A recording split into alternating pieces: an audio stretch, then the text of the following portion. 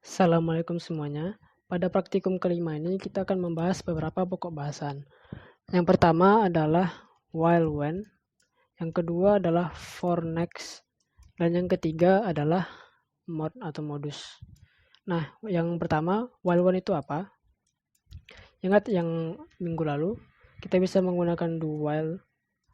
Misalnya saya bikin 1 sampai 5.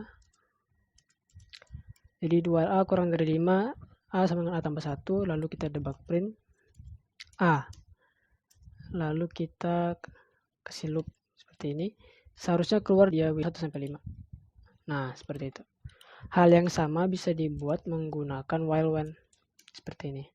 While A kurang dari 5, A sama dengan A tambah 1, debug print A, lalu pasangannya adalah when, seperti itu. Maka seharusnya kalau saya run, nilai yang sama akan keluar. Nah, seperti itu. Jadi while when, do while, loop itu secara performa sama saja, tergantung preferensi kalian, seperti itu. Nah, yang kedua adalah for next. For next itu apa? Saya contohkan. Misalnya saya mau bikin program dengan tujuan yang sama tadi, menghasilkan 1 sampai 5. Saya bisa bikin for next A sama dengan 1 to 5. Sorry. For A sama dengan 1 to 5.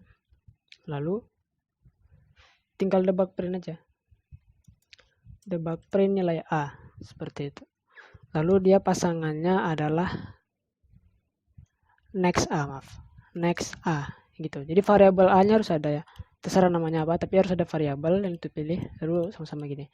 Oke, kalau saya coba run, maka harusnya keluar. Nah, seperti itu kan. 1, 2, 3, 4, 5. Seperti itu. Nah, lalu di for next ini ada yang namanya step dan ada yang namanya exit for. Saya contohkan dulu yang step itu maksudnya apa. Misalnya saya mau bikin A sama dengan kelipatan 5 nih. 5 ke 25. Ini kelipatan 5 caranya gimana? Kan kalau saya run sekarang nih, tuh dia semua angka ada kan, bukan kelipatan 5. Untuk bikin kelipatan 5 adalah tambahkan step 5. Jadi setelah angka yang pertama ditambahin 5 gitu. Jadi kalau saya coba run, nah 5, 10, 5 seperti itu. Sudah sesuai ya dengan yang keinginan kita. Jadi gunanya step untuk itu, untuk melangkau atau menambah lah. Oke, lanjut yang exit for itu maksudnya apa? Misalnya saya mau bikin 5 sampai 50 nih.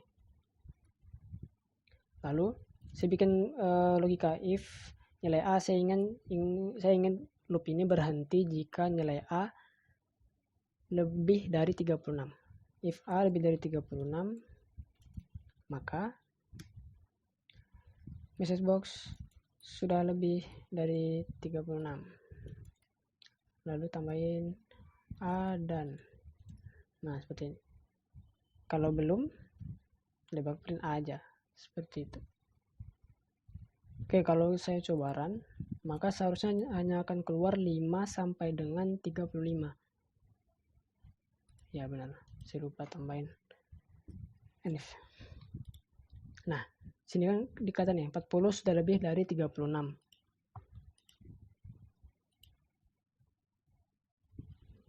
Bentar. Exit for-nya lupa, sorry. Exit for. Kalau sudah lebih dari 36, keluar message box dan akan berhenti. 40 sudah lebih dari 36 dan berhenti seperti itu. Jadi di immediate Windows cuma ada 5 sampai dengan 35 seperti itu. Jadi itu gunanya exit for ya. Gunanya untuk membuat loop tadi itu berhenti sesuai dengan kondisi yang kita inginkan. Seperti itu. Lalu contoh lain dari for next ini gimana? Saya akan berikan contoh yang ada di modul kalian nih. Ini yang 6A. Kan ini ada 6 baris. Ada 6 baris kan? Lalu ada juga 6 kolom. Gitu. Nah, cara untuk membuat ini, logikanya adalah kita lihat dulu baris paling pertama itu apa sih isinya. Kan di sini kita bisa lihat tuh ada 6 angka 1 kan. Lalu di baris kedua ada 6 angka 2. Lalu baris ketiga 6 angka 3 dan seterusnya. Jadi logikanya itu pertama kita harus membuat dulu 6 angka. Jadi kita bisa bikin for A, jangan ada. Ya, misalnya nih input dari user adalah 6. for A sama dengan 1 tuh angka.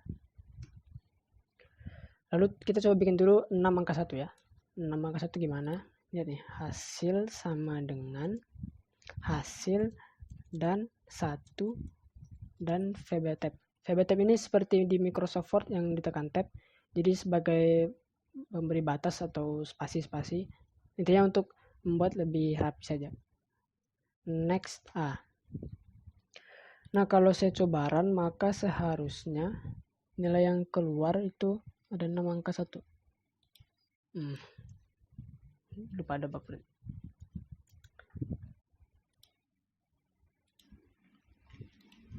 Apa yang salah? A sama 1 itu 6.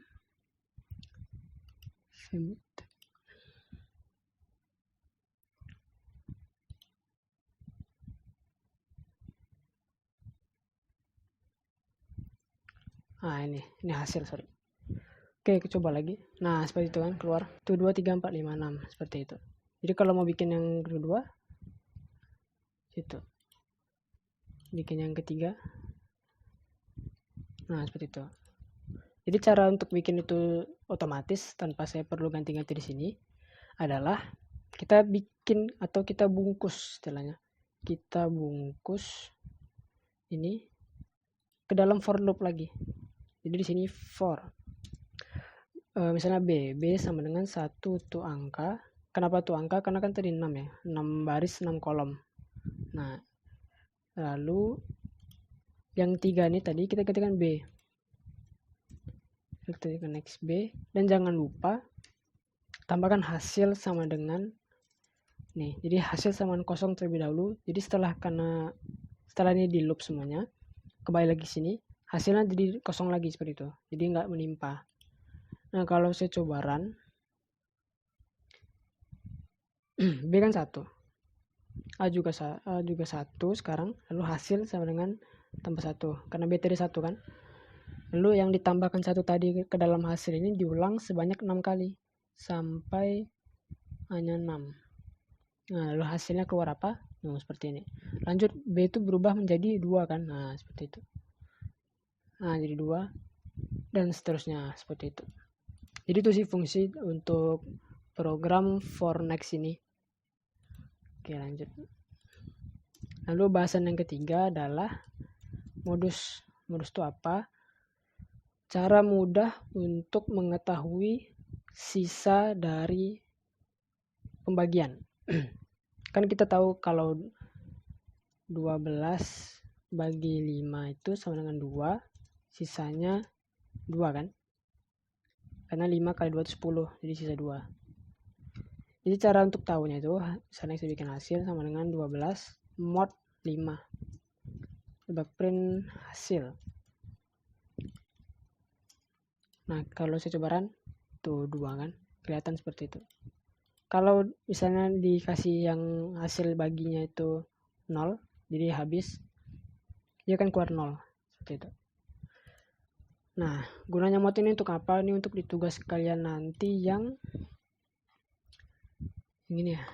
Untuk periksa bilangan prima. Untuk periksa bilangan prima ini bisa menggunakan mod. Seperti itu.